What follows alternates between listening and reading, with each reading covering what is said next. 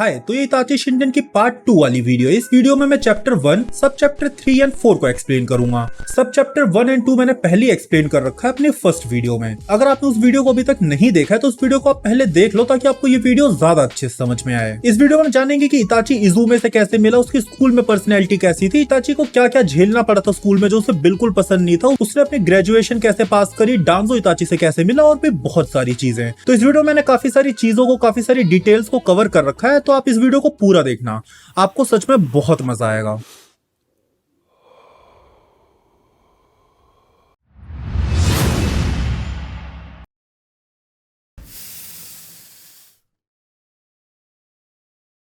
इताची अब 6 साल का हो चुका है।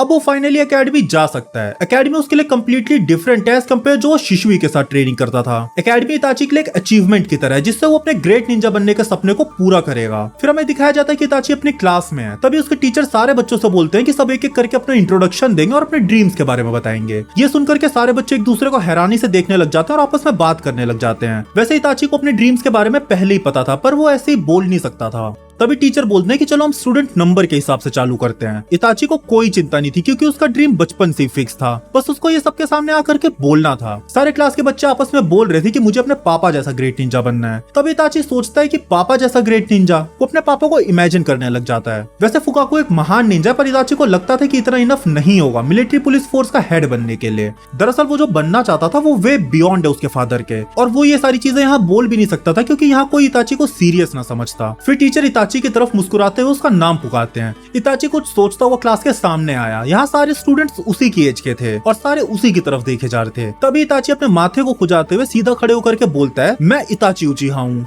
और मेरा ड्रीम है। उसकी आवाज अचानक से धीमी हो गई थी, मानो उसका कॉन्फिडेंस चला गया हो। इसका मतलब ये नहीं है कि उसका कोई ड्रीम नहीं है या फिर वो जो बोलना चाहता था वो चूज नहीं कर पा रहा था, और ऐसा भी नहीं है कि वो नर्वस था या ऐसा कुछ था इस वजह से वो रुक गया। बस वो इस चीज से श्योर नहीं था कि क्या उसको अपने ड्रीम्स के बारे में ऐसी जगहों पर बात करनी चाहिए या नहीं। इताची से पहले जिसने अपने ड्रीम्स के बारे में बोला था वो बहुत ही मॉडेस्ट था, जैसे मैं अपना पापा जैसा बनना चाहता हूँ, मैं ग्रेट निंजा बनना चाहता हूँ, मैं बहुत सारे मिशंस करना चाहता हूँ, मैं क्यूट निंजा बनना चाहता हूँ, एक्सेट्रा एक्सेट्रा। और सारे क्लासमेट और टीचर भी इताची से कुछ ऐसा ही एक्सपेक्ट कर रहे थे, पर इताची का ड्रीम तो कुछ और ही था। फिर तब तक में उसके टीचर उसे पीछे से अर्ज करते हुए बोलते हैं कि घबराओ मत, बोलो। इताची ने सोचना बंद किया और उसने अपने ड्रीम के बारे में बोल दिया कि वो एक ग्रेट निंजा बनना चाहता है, इतना ग्रेट कि वो इस दुनिया से सारी लड़ाई को खत्म कर दे। यह सुनकर क्लास के कोने पर बैठा एक स्टूडेंट हंसने लगा। तभी टीचर ने उसे शाबाशी देते हुए कहा, तुमने बहुत बढ़िया बोला। वैसे किसी को भी इताची की बोली हुई बात पर भरोसा नहीं हुआ। उन सभी को लग रहा था कि ये तो बस एक ड्रीम है जो कभी सच नहीं हो सकता, एक ऐसा ड्रीम जो एक बच्चे के दिमाग से आया है। और यही सोच करके सब जोर जोर से हंस रहे थे और तालियां बजा रहे थे। हाँ, वो तालियां एप्रिसिएशन वाली नहीं थी, वो तालियां हंसने वाली थी।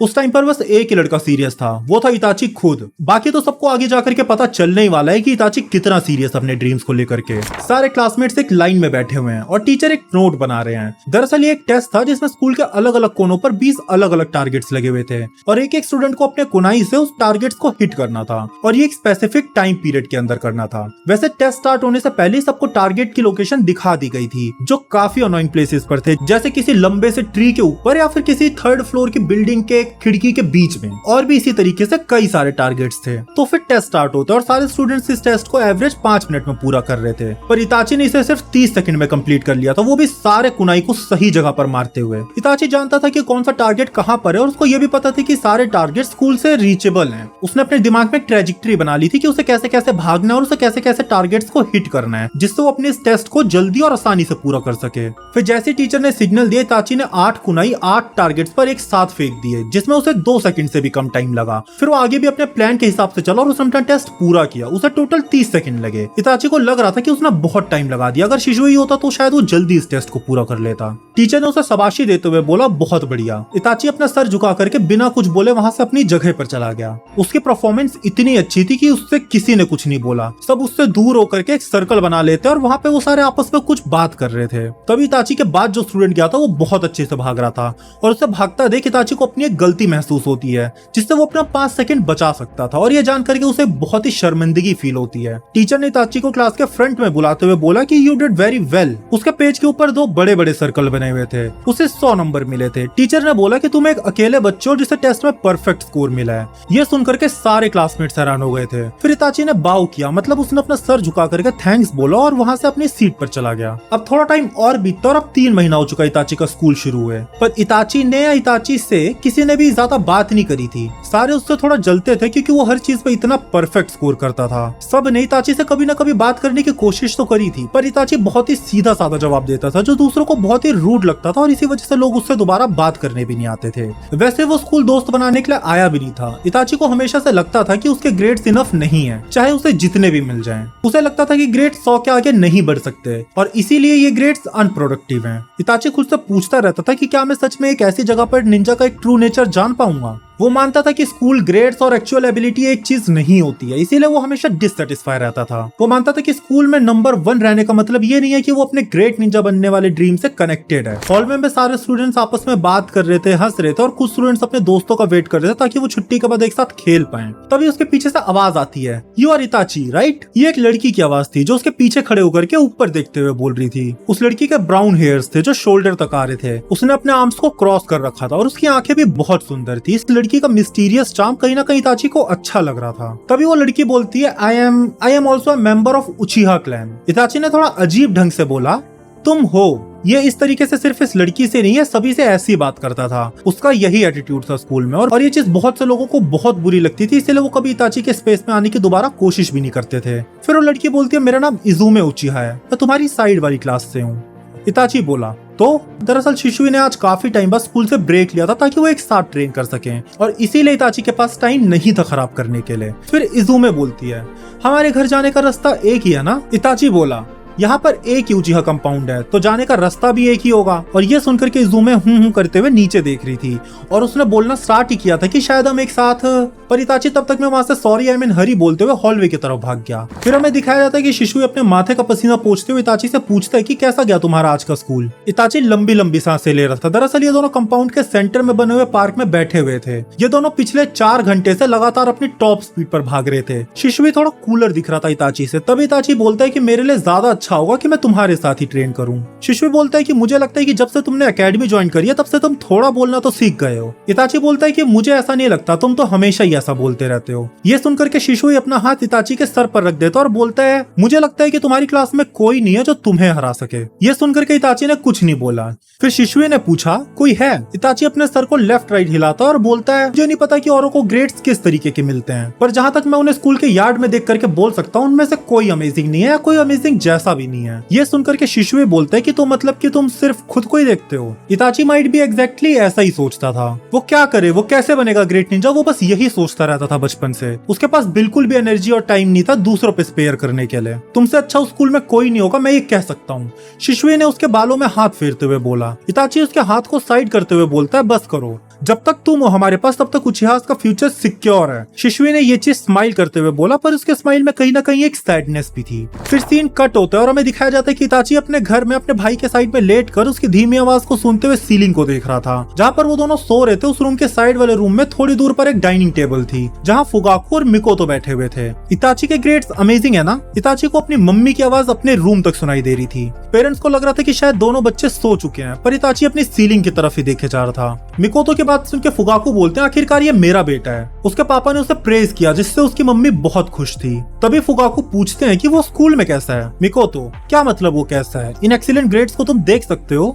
फुगाकू, मैं इस बारे में बात नहीं कर रहा हूँ। क्या उसका कोई दोस्त है? क्या उसने तुमसे कभी कुछ इस बारे में बताया है? मिकोतो, वो अपने फ्रेंड्स के बारे में कोई बात तो नहीं करता। फुगाकू, इस लड़के को चीजों को इजी लेना नहीं आता। मिकोतो, ये कोई बुरी बात तो नहीं है। फुगाकू, ये बहुत आगे जा चुका और अब ये रश कर रहा है। ये बहुत जल्दी में एक फुल फ्लेज निंजा बनने के। ये सुनकर के इताची का चेहरा ठंडा पड़ गया। वो सोचने लगा कि डैड ने तो बिल्कुल सही चीज बोल दी। फिर फुगाकू आगे बोलते हैं कि वो जिस तरीके से निंजा बनना चाहता है ये देख करके तो मेरा भी मन करता है कि मैं उससे कुछ सीखूं, भले से मैं उसका फादर ही क्यों ना हूँ। पर किसी भी डोर को अगर ज्यादा खींचा जाता है तो वो टूट जाती है। मैं बस चाहता हूँ कि वो थोड़ा शांति से काम करे। मिकोतो, इताची एक जेंटल बॉय है। अगर तुम देखोगे कि इताची किस तरीके से सासके से कडल करता है तो तुम भी समझ जाओगे। वो ठीक है, तुम चिंता मत करो। और वो शिशुई को भी अपने बड़े भाई की तरह ही देखता है। वो दोनों एक साथ ट्रेन करते हैं और काफी क्लोज भी हैं। ये सुनकर के फुगाकू बोलते हैं, शिशुई, वो बॉडी फ्लिकर इताची को ढंग से पता है कि शिशुई काफी अटेंशन ड्रॉ करता है एज अ निंजा, जिससे उसका नाम बॉडी फ्लिकर भी पड़ गया है। फुगाकू आगे बोलते हैं कि बहुत अच्छा है कि उसका एक ओल्डर फ्रेंड है, पर अच्छा होगा कि वो अपने एज के भी कुछ फ्रेंड्स बना ले ताकि वो जान पाए कि फन की फीलिंग कैसी होती है। मिकोतो, मुझे भरोसा है वो कर लेगा। इताची अपने दिमाग में सोचता है, फ्रेंड मेरे एज की। उसके दिमाग में अचानक से उस लड़की का चेहरा आ जाता है जिससे वो पहले मिला था, इजुमे उचिहा। उसका नाम याद करते हुए इताची अपनी आंखें बंद कर लेता है। फिर सीन कट होता है और हमें दिखाया जाता है कि एकेडमी स्टार्ट करने के 6 महीने बाद इताची का फेम पूरे स्कूल में फैल चुका था। कुछ टीचर्स और स्टूडेंट्स का तो ऐसा भी मानना था कि उन्होंने ऐसा टैलेंट पहले कभी नहीं देखा स्कूल में। अब फर्स्ट क्लास के टीचर के पास भी अब उसको सिखाने के लिए कुछ नहीं बचा था। वो इताची को स्पेशल टेस्ट और होमवर्क भी दिया करते थे, पर इताची उसे भी आसानी से कर लिया करता था। इताची स्कूल के पहले 4 महीने में एक गैनिन लेवल से भी ज्यादा एडवांस बन गया था। उसके टीचर्स भी उसका ग्रेजुएशन एग्जाम लेने के लिए मान गए थे, क्योंकि विलेज एग्जॉस्ट हो चुका था थर्ड निंजा वॉर और टेल बीस्ट के अटैक से। इसीलिए उन्हें निंजास की ज्यादा जरूरत थी, और इसी वजह से टीचर्स को जिन स्टूडेंट्स का लगता था कि वो गिफ्टेड है, वो उनका ग्रेजुएशन एग्जाम ले लेते थे बिना उनका टर्म कंप्लीट करे। अगर वो एग्जामिनेशन पास कर लेते तो वो ग्रेजुएशन सेरेमनी को भी अटेंड कर सकते हैं ओल्डर स्टूडेंट्स के साथ, और फिर उनको गैनिन लेवल की ड्यूटीज भी मिलने लग जाएंगी। नेचुरली इताची अपना एग्जाम आसानी से क्लियर कर लेगा, क्योंकि उसमें सिर्फ शैडो क्लोनी बनाना होता है। कोई एकेडमी ज्वाइन करने से पहले ही आता था शिशुई की इंस्ट्रक्शंस की वजह से। अब स्कूल के सिर्फ 6 महीने ही बचे थे और उसकी ग्रेजुएशन तो पहले से ही सेटल्ड थी। फिर एक दिन इताची अपने स्कूल के हॉलवे में था, तभी उसको अपने पीछे से आवाज आती है, हे यू। इताची को सुनाई पड़ा कि उसको कोई पीछे से बुला रहा है, तो अब उसने चलना बंद कर दिया था। हाँ तुम, इताची उचिहा। वहाँ 3 ओल्डर स्टूडेंट्स इताची के पीछे खड़े थे। इताची ने अपनी पूरी लाइफ अपनी ट्रेनिंग पर स्पेंड की थी एज अ निंजा। उसके पास जरा भी एनर्जी नहीं थी दूसरी चीजों पर खर्च करने के लिए। इताची को उन स्टूडेंट्स का नाम या चेहरा याद नहीं था। वो दूसरे क्लास और ग्रेड्स के स्टूडेंट के बारे में कुछ नहीं जानता था। वो दूसरे क्लास और दूसरे ग्रेड्स के स्टूडेंट के बारे में कुछ नहीं जानता था। तो वो उनकी हाइट को देख करके आइडिया लगाता है कि वो काफी हायर ग्रेड के हैं। ग्रेजुएशन की एज 11 साल होती है और इताची अभी 7 साल का ही था, इसीलिए उसे इन स्टूडेंट्स को देखने के लिए अपना सर काफी ऊपर उठाना पड़ रहा था। वो तीनों पूछते हैं, क्या तुम हमें जानते हो? इताची बोलता है, नो। इताची का ऐसा ब्लंट रिस्पॉन्स देखकर मिडल में खड़ा लड़का जिसने अभी तक सारी बातें करी थी उसने बोला, चीकी ब्रैट, जैसे सब बोलते हैं तुम वैसे ही हो, है ना? फिर वो अपना नाम इजोमो टेन्मा बताता है और बोलता है कि सब मुझे फ्लीट टेन्मा बुलाते हैं और पूरे स्कूल में ऐसा कोई नहीं है जो मुझे ना जाने। इताची के मुंह से निकलने ही वाला था कि मैं तो नहीं जानता तुम्हें, पर इताची ने ये बात अपने ही अंदर निकल ली। तभी टेन्मा के साइड में खड़ा लड़का बोला, तुम यहाँ से जाना चाहते हो? टेन्मा बोलता है, स्लो इट डाउन कात्सूरा। और तभी कात्सूरा एक स्माइल देता है। तभी टेन्मा के साइड में खड़ा लड़का जो सबसे लंबा था वो बोलता है, क्या तुम जानते हो कि हमने तुम्हें क्यों रोका? इताची बोलता है, नो आइडिया। ये सुनकर के राइट वाला बंदा बोला, इस बंदे को क्या दिक्कत है यार? तभी टेन्मा बोला, रुक जाओ हागिरी, हमें इस लड़के को स्कूल के कुछ मैनर्स सिखाने हैं, तो रश मत करो। टेन्मा इताची के सामने आकर के बोलता है कि हायरार्की की क्या इंपॉर्टेंस है निंजा वर्ल्ड में तुम जानते ही होगे, राइट? किसी भी बेसिक निंजा ड्यूटी को करने के लिए एक सुपीरियर, जोनियन और 3 चूनिन रहते हैं, और डेकोरम और सिंसियरिटी एक बेसिक फाउंडेशन होती है एक निंजा की। एक अच्छे स्टूडेंट की तरह तुम्हें भी हमें एक अच्छा आंसर देना चाहिए था। ये बोलने के बाद टेन्मा के फेस पर एक अजीब सा लुक आ गया था। वो इताची के बहुत करीब आ गया था, इतना करीब कि इताची को उसके सांसों की आवाज सुनाई दे रही थी। वो इताची को घूरते हुए बोलता, तुम एक उचिहा हो ना? ये सुनकर हागिरी बोलता, क्या तुम सच में उस तरफ जाना चाहते हो? मानो टेन्मा पर हागिरी को शक था। सारे स्टूडेंट्स उन तीनों से डरे हुए थे और सारे टीचर्स रूम में थे। इस सिचुएशन में टेन्मा को सुपीरियरिटी वाली फील आ रही थी, क्योंकि उसे पता था कि उसे रोकने वाला वहाँ कोई नहीं है। फिर टेन्मा ने बोलना स्टार्ट किया, तो ये चीकी ब्रेड सच में एक यंग स्टूडेंट ही है। टेन्मा पहले से सोच करके आया था कि अगर वो इताची को थोड़ा सा भी डराएगा तो इताची रोने लगेगा और अपोलोजाइज करेगा। उन्होंने पहले भी ये चीज कई स्टूडेंट्स पर कई बार करी थी, इसलिए उन्हें अब शर्म भी आना बंद हो गई थी। उनके चेहरे पर ये चीज झलक रही थी। इताची को इन तीनों को मार मार के कुत्ता बनाने में 3 मिनट भी ना लगते। वो इताची को जो भी बोल रहे थे, पर उनका मकसद आखिरी में इताची को रुलाना ही था। वो चाहते थे कि सारे लोग जिसको स्कूल का लक मानते हैं उसको वो आज रुलाएंगे, उससे कृपा की भीख मंगवाएंगे। तभी टेन्मा बोलता है, ये कोई ऑर्डिनरी स्कूल नहीं है, ये एक ट्रेनिंग ग्राउंड है निंजा का। यहाँ पर किसी को भी मारा जा सकता है और यही तरीका होता है निंजास का। पर इन सीनियर स्टूडेंट्स को स्कूल के इंस्ट्रक्शंस के बारे में कुछ नहीं पता था या उन्हें समझ नहीं आया था। ऐसा लग रहा था कि वो हर तरफ से खुले हों। वैसे इताची के पास 3 कुनाई थे, अगर वो चाहता तो उनको फेंक करके सबको मार देता, पर उसने ऐसा नहीं किया। इताची ने उनको नहीं मारा। इताची को मानना था कि किसी को भी मारने का डिसीजन नहीं होता, मोटिव होता है। और एक सिंपल रीजन था कि इताची को लड़ना पसंद नहीं था, और यही रीजन था कि उसकी आज तक कभी किसी से लड़ाई नहीं हुई थी। और किसी भी फाइट में अपोनेंट्स को मारा नहीं जाता, उन्हें हराया जाता है। और उस टाइम पर इताची इसीलिए कुछ नहीं कर रहा था क्योंकि उसको डर था कि कहीं वो सबको मार ना दे। पर उन तीनों का भी इंटेंशन इताची को छोड़ने का नहीं था।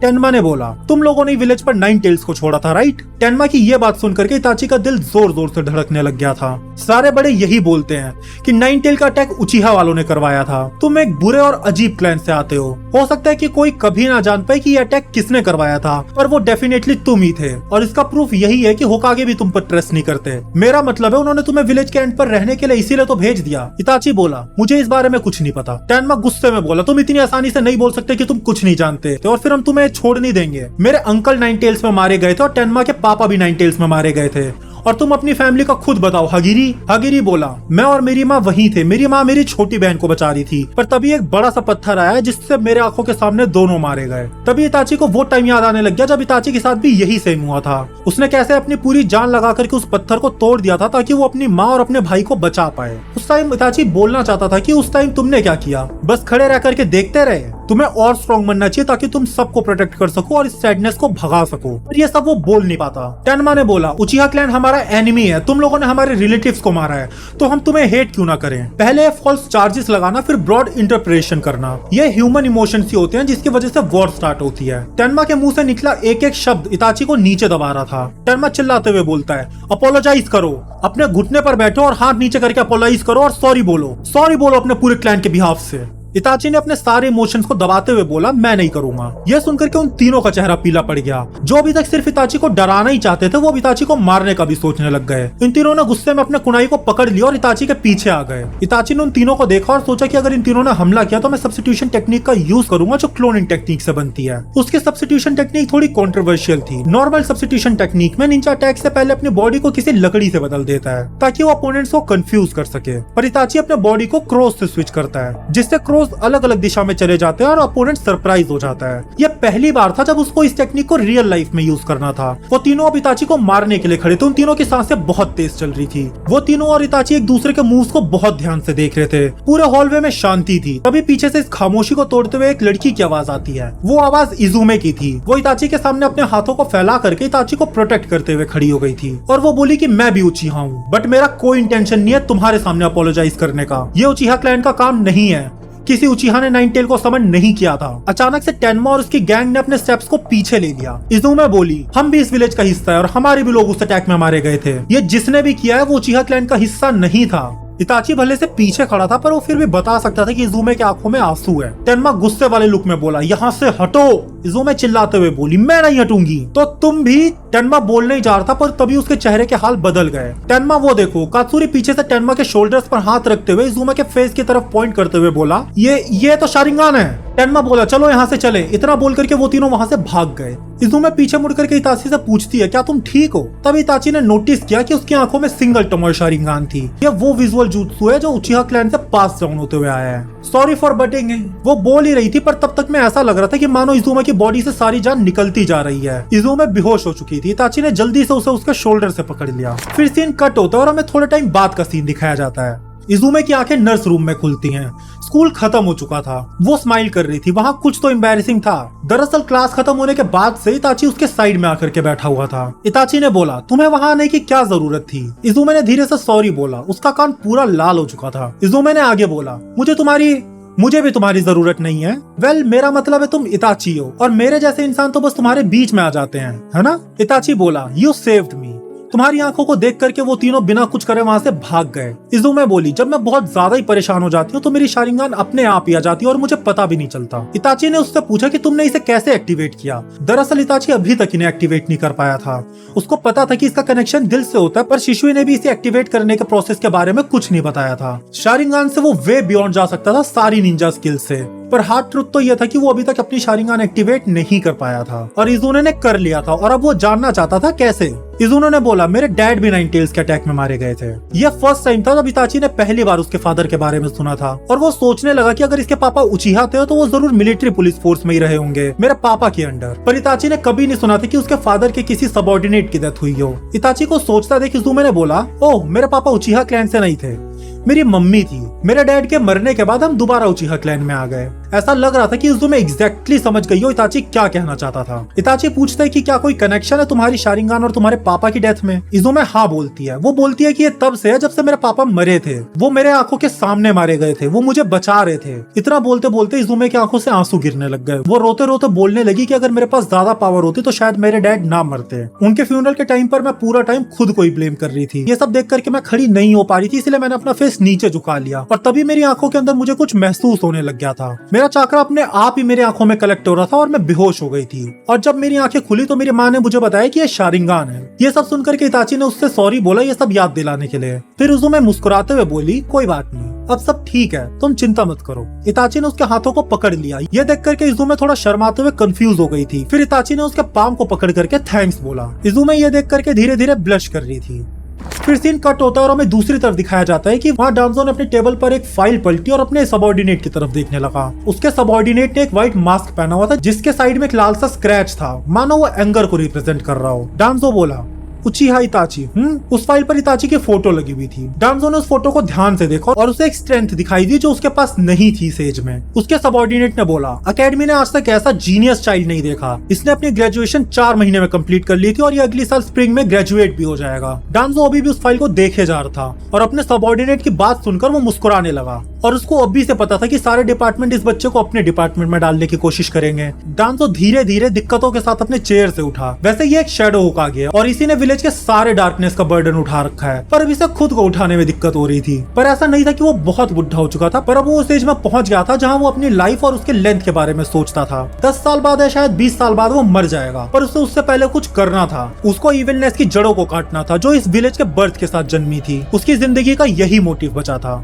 डांजो बोलता इस बच्चे को अभी तक किसी भी रंग से नहीं रंगा गया है, चलो इस बच्चे से मिलते हैं एक बार। हमारा सब चैप्टर थे यही खत्म होता है। सब चैप्टर 4 स्टार्ट करने से पहले बस मैं इतना कहना चाहता हूँ कि अगर आपको मेरी एक्सप्लेनेशन अच्छी लग रही है तो प्लीज इस वीडियो को लाइक करके चैनल को सब्सक्राइब कर दो ताकि आपको आगे की वीडियो की नोटिफिकेशंस मिलती रहें। सब चैप्टर 4 कुछ महीनों बाद इताची सबके सामने अपनी ग्रेजुएशन स्पीच दे रहा था। वो बोल रहा था कि भले से ये ग्रेट वॉर खत्म हो गई हो पर अभी भी इस दुनिया में पीस नहीं है। अभी भी कुछ लोग डिफिकल्ट टाइम फेस कर रहे हैं उस 2 साल पहले हुए हमले की वजह से, पर हम ये सारी चीज सही कर सकते हैं। हम यंग निंजास हैं और ये सारी हमारी प्रॉब्लम है। आज हम अपना पहला स्टेप रखने जा रहे हैं एक निंजा के पाथ पे। ये क्योटिक वर्ल्ड कोई पीसफुल पाथ नहीं है निंजास के लिए। हमने इस एकेडमी में आज तक जो भी सिखाया हम उसे अपनी ड्यूटीज में अच्छे से यूज करेंगे as a ninja of leaf. Itachi ये सारी चीजें अपने स्क्रॉल में देख करके बोल रहा था। फिर अपनी स्पीच खत्म करने के बाद उसने नीचे देखा जहाँ पे करंट स्टूडेंट्स, ग्रेजुएट्स और टीचर्स बैठे हुए थे। वहाँ बैठे टीचर्स यही बात कर रहे थे कि इसने जब से स्कूल में एंटर किया है तब से इसके ग्रेड्स बिल्कुल परफेक्ट हैं। इसने अपना ग्रेजुएशन भी चौथे महीने में ही कंप्लीट कर लिया था। वैसे और भी कुछ एक्सेप्शनल ग्रेजुएट्स हैं जैसे ककाशी हातके, पर इताची यंगेस्ट पोस्ट ग्रेजुएट है।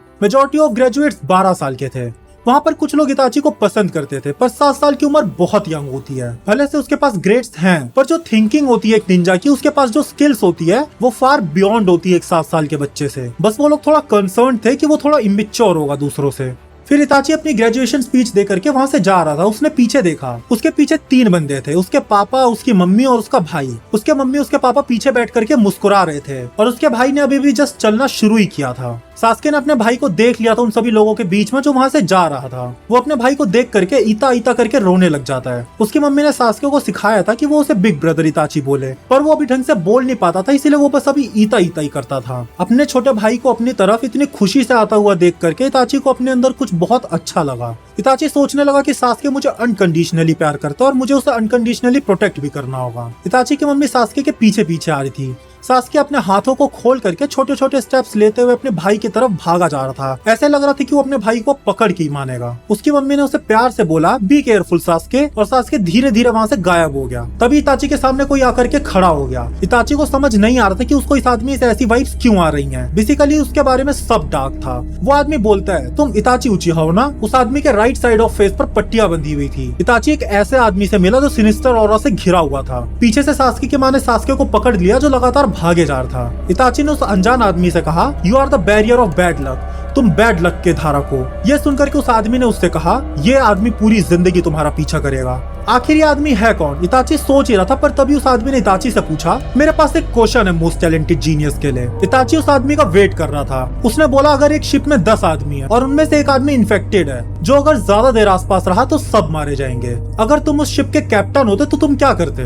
इस आदमी ने अपनी पहली मीटिंग में इताची से ऐसा क्वेश्चन पूछा था, इसलिए इताची थोड़ा सोच में पड़ गया था। पर अगले ही पल इताची ने अपना रिस्पॉन्स दिया अपने थॉट्स को सिंपल वर्ड में करके, अगर मैं शिप का कैप्टन होता तो मैं उसे पहले ही मार देता ताकि 9 आदमी की जान बच सके। इताची का ये रिस्पॉन्स सुनकर उस आदमी के चेहरे पर एक मुस्कान आ गई थी। वो इताची के साइड से जाते हुए बहुत ही धीरे धीरे बोला, मुझे उस दिन का इंतजार रहेगा जब मैं तुमसे दोबारा मिलूंगा। इताची का दिल उस आवाज को सुनकर डार्कनेस से भर गया था। मिकोतो वहाँ इताची इताची करते हुए आई। उन्होंने सास्के को अपनी गोदी में उठा रखा था। इताची की मम्मी के पीछे उसके पापा भी आए। उन्होंने इताची से बोला कि उस आदमी ने तुमसे क्या कहा? इताची ने बोला, कुछ खास नहीं। इताची के पापा ने बोला, अच्छा सच में? और ये बोल करके उसके पापा उस आदमी की तरफ देखने लगे। इताची ने पूछा, वो कौन था? शिमुरा डांजो, ये होकागे का करीबी है। फुकाकू ने एक अजीब से डार्क टोन के साथ इसका आंसर दिया। वो आदमी जो बोल करके गया था कि मैं तुम्हारा पीछा पूरी जिंदगी करूंगा, ये बात इताची के दिल और दिमाग को खाए जा रही थी। इताची ने अपना हाथ अपनी चेस्ट पर रखा और उस आदमी को तब तक देखता रहा जब तक वो आदमी गायब नहीं हो गया।